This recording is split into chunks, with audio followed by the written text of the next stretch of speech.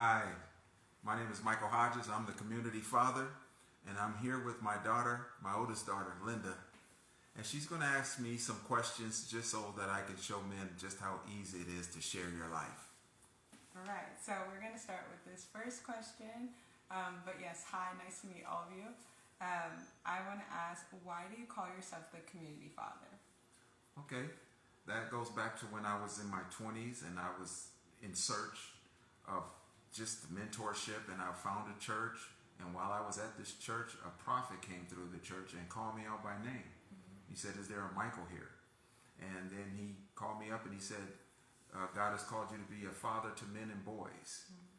And then a few years after that, I had the fortunate experience of being able to go to the Million Man March.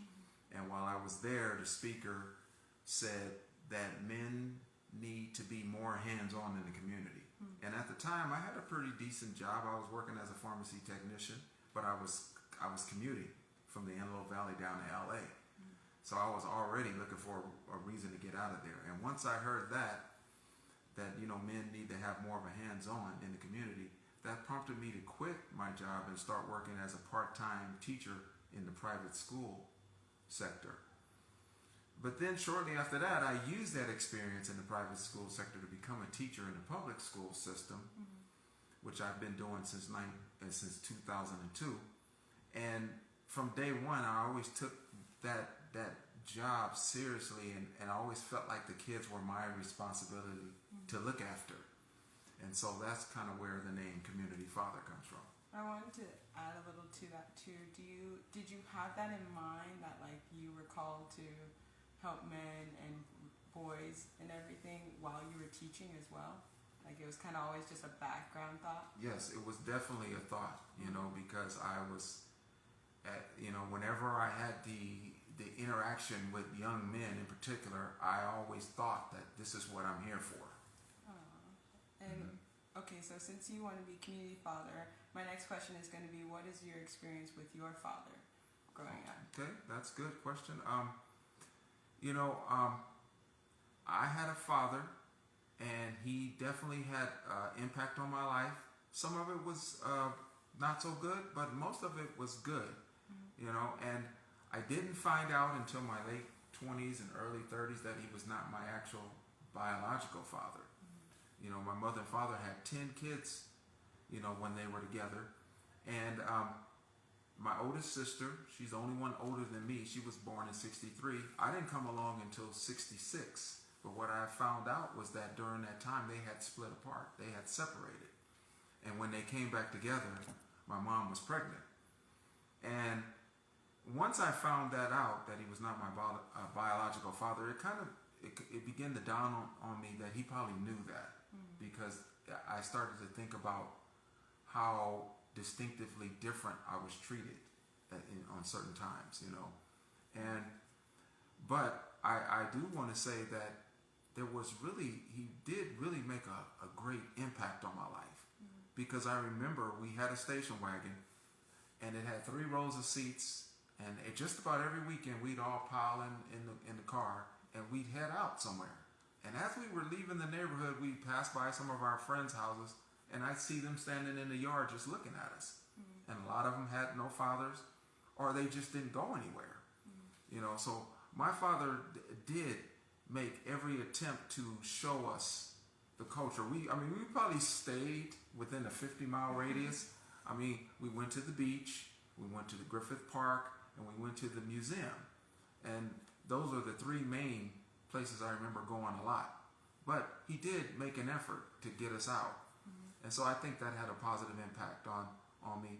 But he also, he kind of taught me discipline in a certain way. I remember I used to play the trombone. My dad never really pushed sports. He didn't encourage us to play sports. But he did encourage us to play musical instruments. And when I started playing the trombone, there was a time when I wanted to quit because the kids would make fun of me, saying that I was carrying around a coffin because of the case that the trombone was in. But my dad wouldn't let me.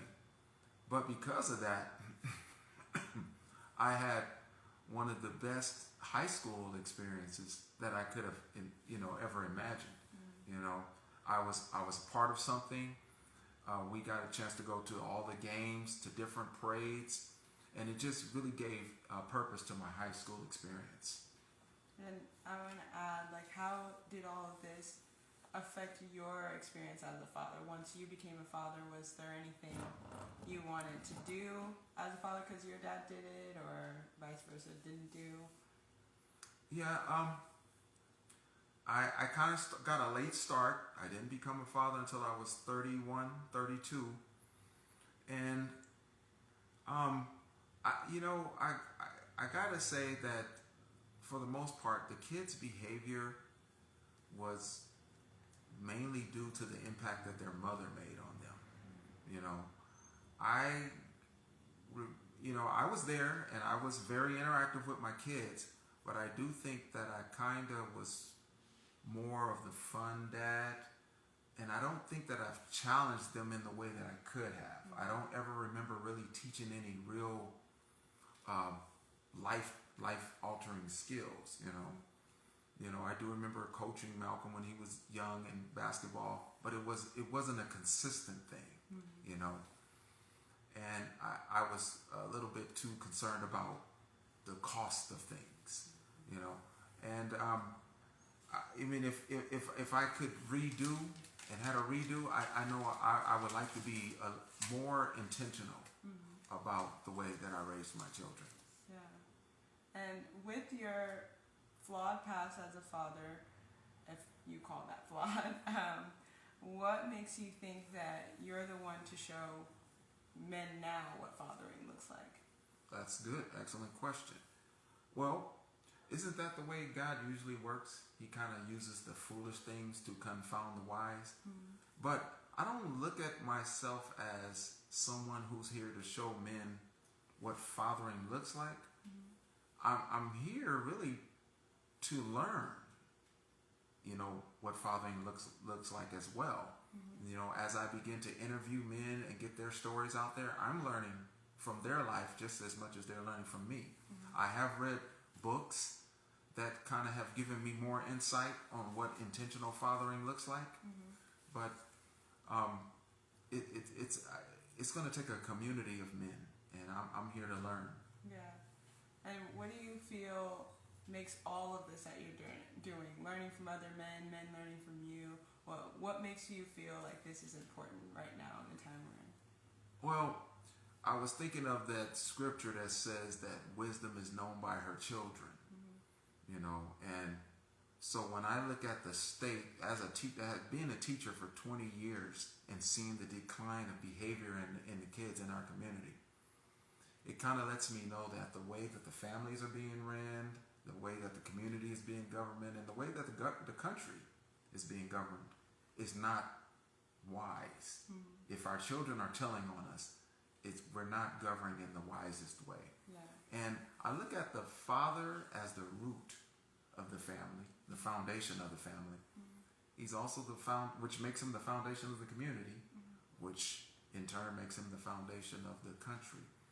And this is very important because, I kind of see that our country, the country which I love, America, is on the brink of destruction.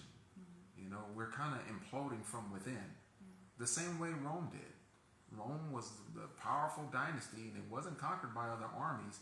It imploded from within because of the immorality that had ran rampant. And so I would just like to get men in position to taking that leadership position and taking responsibility for the well-being of their community and their country. And when I think about America, we always talk about the forefathers and how they framed and shaped our country. Well, who's going to be the forefathers for the next generation? Well, I would like to be the beginning of that. And as a father, I would just like to tell everyone, we can get it right. From this moment forward, let's get it right. Yes. And then a surprise question. Oh, no. Three things that you think that I get from you, or three qualities that you think that I get from Three qualities? Yeah. You don't want me to tell all your business, do you? Yeah, you can tell. I mean, I want them to see our relationship too. So. Well, you. I feel like I'm putting you on blast, and I don't. It's okay. It's okay. That's what it's a dad okay? does. Yeah. Okay. I'll fight you on the screen. Well, you get your flat feet from me. Oh my! I said quality. I was rejected by all 4 of the armed forces, branches of the armed forces, because of flat feet. And then, of course, I can spot a flat feet a mile away. And when you were born, I just knew. He's like, okay. Oh, those are mine. You get your small bladder from me. Dad! I was hoping you would say like I'm funny or something. Oh, I'm getting to that. But yes, we constantly have to go to the bathroom, and when we have to go, everybody else needs to get out the way. Yeah, I literally can't. Okay. Yes. Okay. So, but you get your dashing good looks from me. Okay, yeah, that okay. Combination. Yes. You get I would say you get your outgoing personality from me, although I think you're a little bit more outgoing than I was. I definitely wasn't that way when I was younger. Yeah. You know, and you just I see you as a ray of sunshine. Now, I don't know if you get that from me, but, I like to think that we're 2 peas in a pod. Yeah, that's okay. Aww.